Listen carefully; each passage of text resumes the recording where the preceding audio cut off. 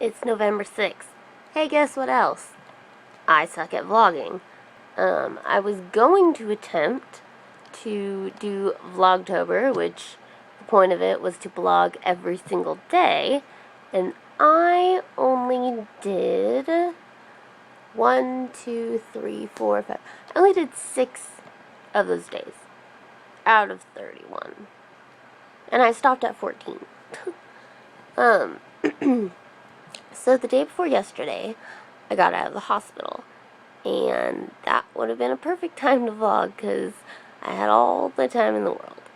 Anyways, I had to go into the hospital just spontaneously because I was coughing and puking up blood. It was mucus plugs and it was just straight blood. Like, there was no grade. Anyways,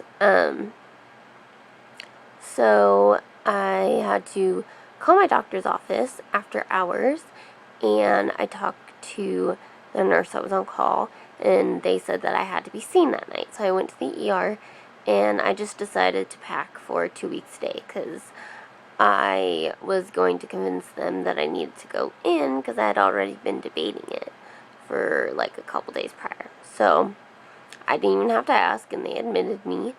It took us 6 hours just to get a room. I felt so bad for Michael. He was trying to sleep in all these positions on chairs and on the counter and in my bed, and it was just, I felt bad. So yeah, I was in there the full 2 weeks. I had shingles before I went in, and that cleared up. Thank God. I got the flu shot and the pneumonia vaccine when I was in there. So my doctor, he decided to take me off my treatments for a couple of days so that it wouldn't, like, irritate my lungs any further when I was in there, and he never gave them back. So I literally got just the Pulmozyme treatment some nights. Not even every night. Yeah. My FEV1 went up 1% my whole 2 weeks there. I was really mad. And it didn't help that I get so crazy nauseous on my antibiotics, and they just make me feel like shit now, that I had to do Phenergan every single dose I had Cipro, and that was 3 times a day. So I was either always sleeping, or I was only up for a little bit to eat and then puke, because I couldn't keep any food down. So I gained half a pound in 2 weeks too. Yay.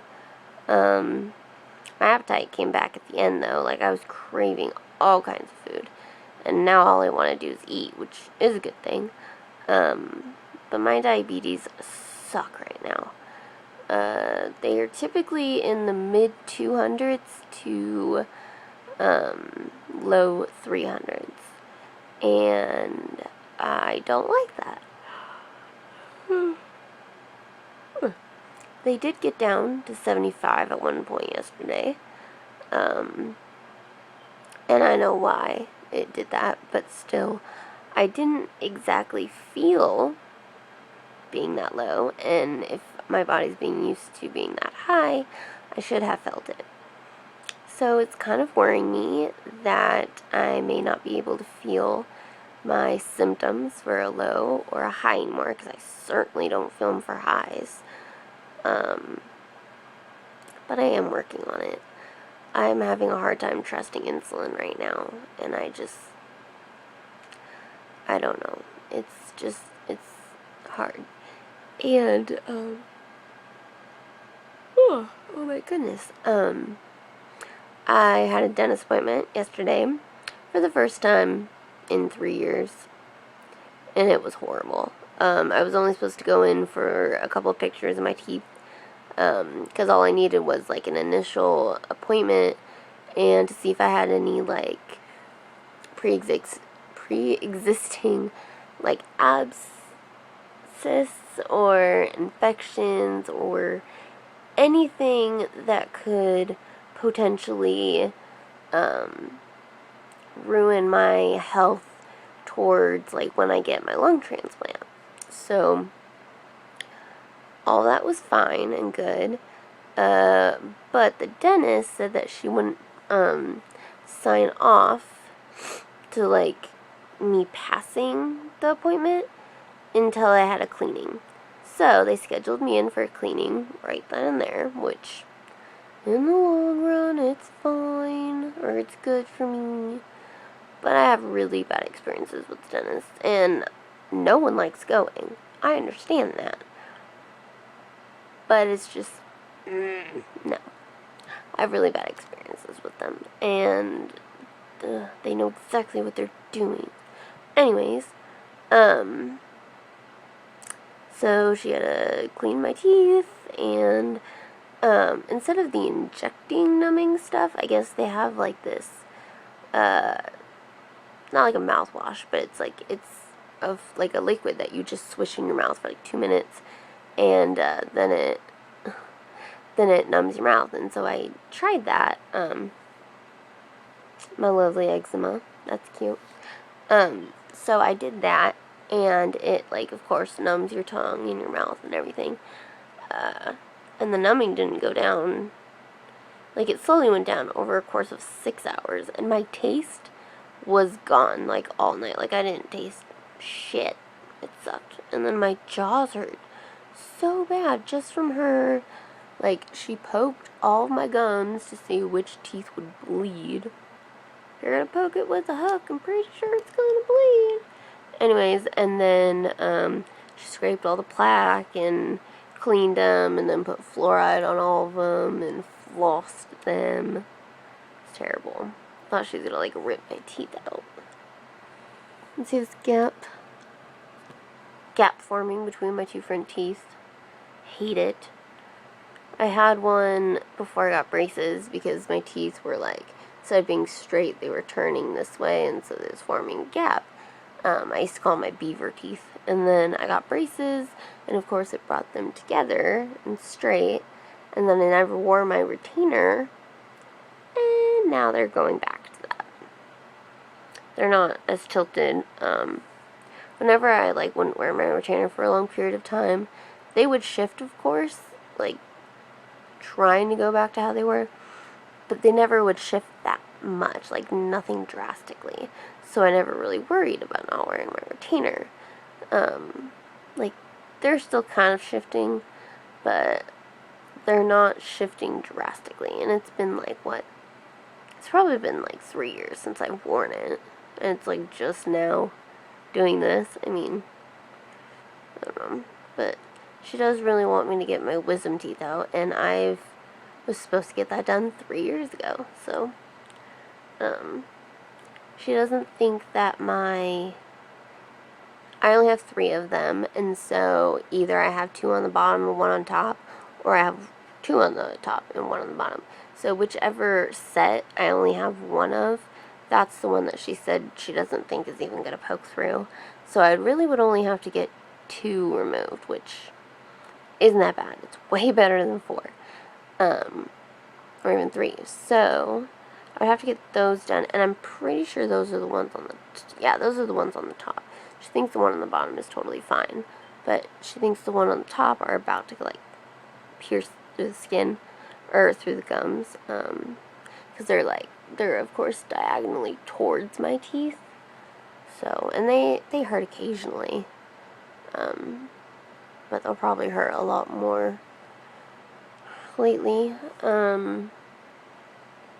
She said that I don't have to do that before transplant. Like, that's not a qualification. I don't know if it would be better, because, I mean, obviously I'll be recovering from the transplant for a while, and if, like, with my luck, that's when my teeth would act up, and so it's like I'd be in pain for, like, multiple reasons, and it would suck. I should probably try to look into that before I get it done. Boo. I was really hoping my body would just, like, fix itself and I wouldn't have to get them removed. Yeah. Oh, So, current symptoms lately, my mouth is pretty much always dry, and my blood sugar is not even high right now. It's like 176. That's a fine range. So, don't know why my mouth is dry. I know I'm dehydrated, so I've been drinking lots of water. But I don't know why it would be dry if my blood sugar isn't high. Rhyme on a dime. Anyways, yeah, that makes no sense to me. And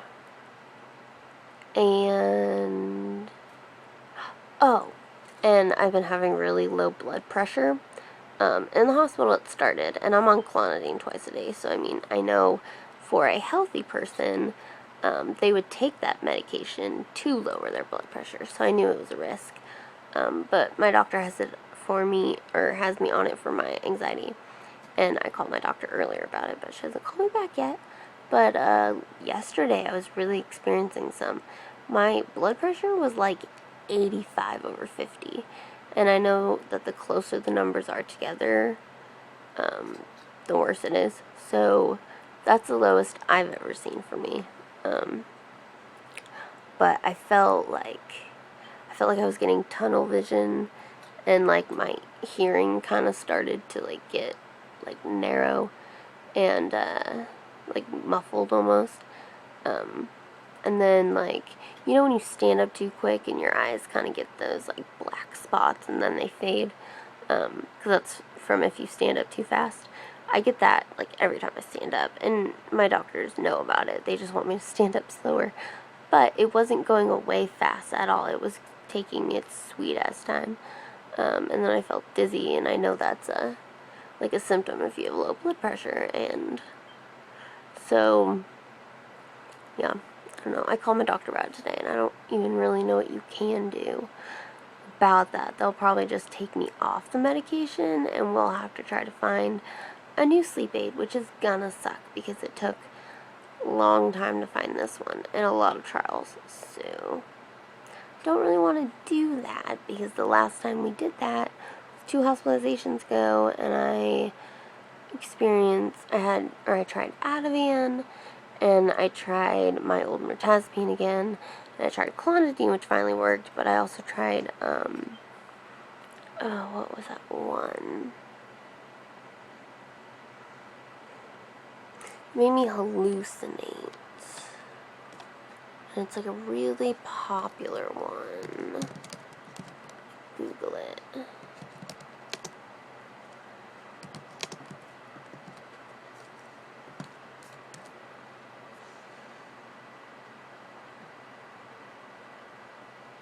Ambien. That's what it was. I hallucinated really bad. Well, it wasn't really bad on Ambien. And it wasn't like a scary hallucination.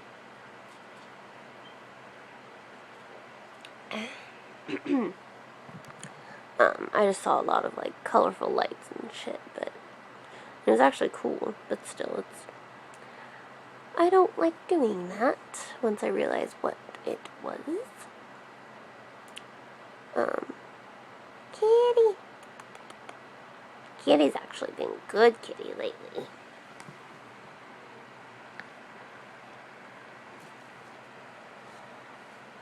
As she won't come over here. Kitty, look.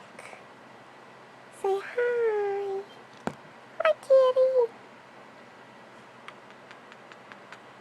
I smother her with love, as any mother would do. Right, Kitty?